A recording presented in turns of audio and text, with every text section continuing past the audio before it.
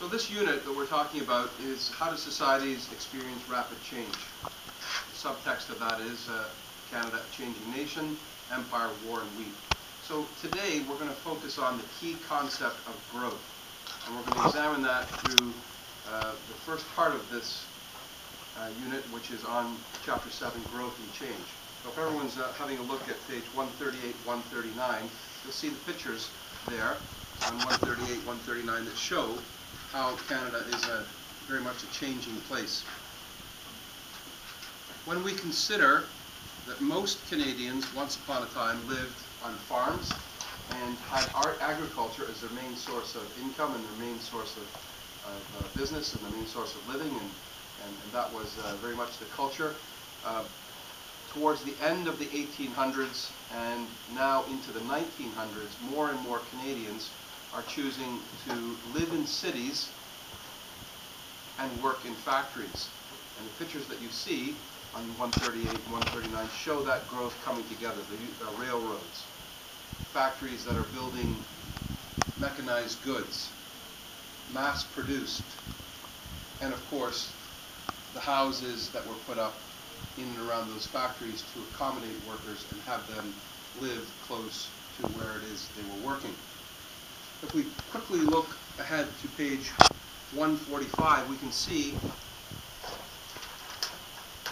and 146, that this rapid growth in cities can be measured in numbers. So if you look at, for example, Halifax, which in 1891 had 38,000 people, by 1911 had 46,000 plus people, an increase of 22%.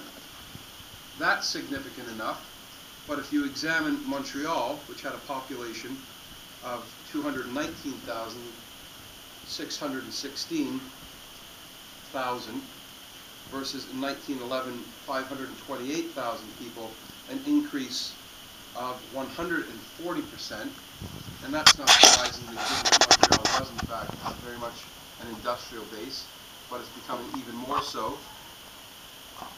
Toronto experiences a growth of 111,000, and it might surprise you to learn that Toronto wasn't Canada's largest city at the turn of the 19th century, but rather Montreal was, but Toronto is very quickly going to grow in numbers as well. And there are other cities, including Calgary, which shouldn't surprise us at all, given that the West is growing rapidly. It experiences a 1,028% rapid increase in population. So Canada's population in a 20-year span has grown by 49%.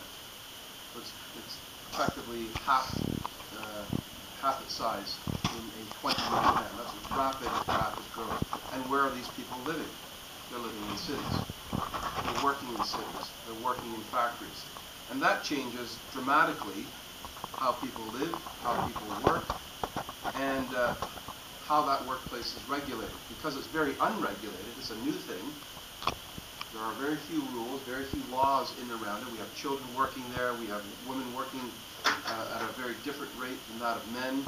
We have a lot of unsafe conditions that are evident because of the nature of working with machines.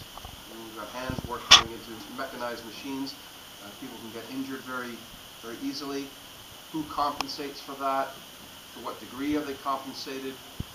The notion was generally that workers were replaceable, especially because there were so many coming to the cities, many of them immigrants, and so workers were not really thought of very much at all by the people who employed them, because they could in fact be replaced. So that gives rise to labor unions.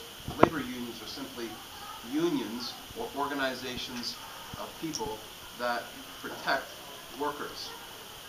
Now, in this day and age, sometimes we look and think, well, labor unions are a bad thing. They cost us an awful lot of money, and that labor can be found cheaply in other parts of the world, or it slows down the rate of production, or they make demands on employers, and you know, we see it in a negative light. Well, the unions got their start because workers needed protection, and so the rise of labor unions is a very interesting topic. Should you be considering that for one of your projects?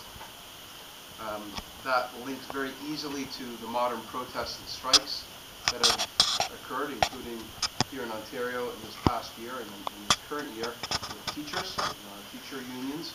We don't think of them necessarily as unions. It's actually called a federation, but it's the same principle. And there are lots of others, especially in the factories that are industrialized that have unions representing the workers. Another rapid change occurred, and you can see this on page 152 and 153, in the area of invention. So just in Niagara alone, and that's a picture on page 153 of the Adam Beck power plant right along the Niagara River and the Niagara Parkway. I happened to be driving there on the weekend, over the Easter weekend, and noticed this plant. It's huge. There's one on the other side, on the American side of the Niagara River, and it supplies power to the area. Hydroelectricity was a new thing, and that's what we used to drive the factories and, of course, the cities, to light them and to keep people safe at night as they're walking through the streets, etc. All of that comes about as a result of the use of hydroelectricity and electricity generally, and the inventions that come with that, the light bulb, and various home appliances are very interesting too. And so some of you might be interested in doing inventors as a possible topic for your culminating activity. And of course, a dramatic change was in the role of women. So if you look at page 155, women are now coming into the workforce in greater numbers. They're demanding more of a say in society. They don't yet have the vote.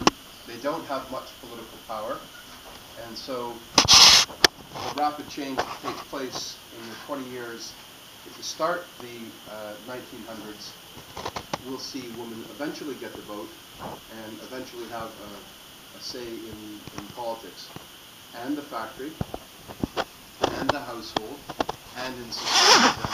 So just in this chapter alone, you can see that there are a number of things that you can examine and pursue and do a project on, and culminating activity, from factories to the labor unions, to the conflicts that result in the workplace, inventions, and of course the changing role of women. Good luck with those topics. This is an interesting chapter in and of itself, and it's a good way to start the unit, Canada, a Changing Society. Okay, so that's just